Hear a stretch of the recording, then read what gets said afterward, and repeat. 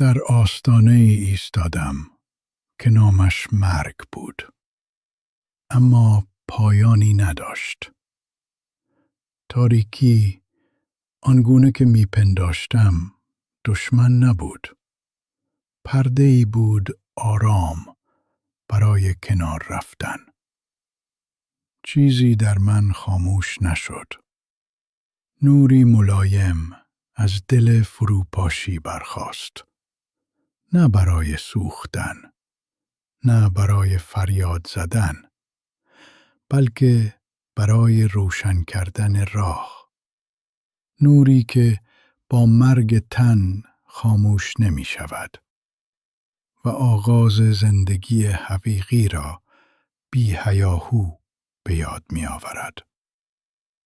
و دریافتم که این داستان عبور است. نه از جهان، بلکه از ناآگاهی به بیداری، از تاریکی به روشنایی درون، به جایی که نور همیشه آنجا بوده است، آرام، صبور و تنها منتظر دیده شدن.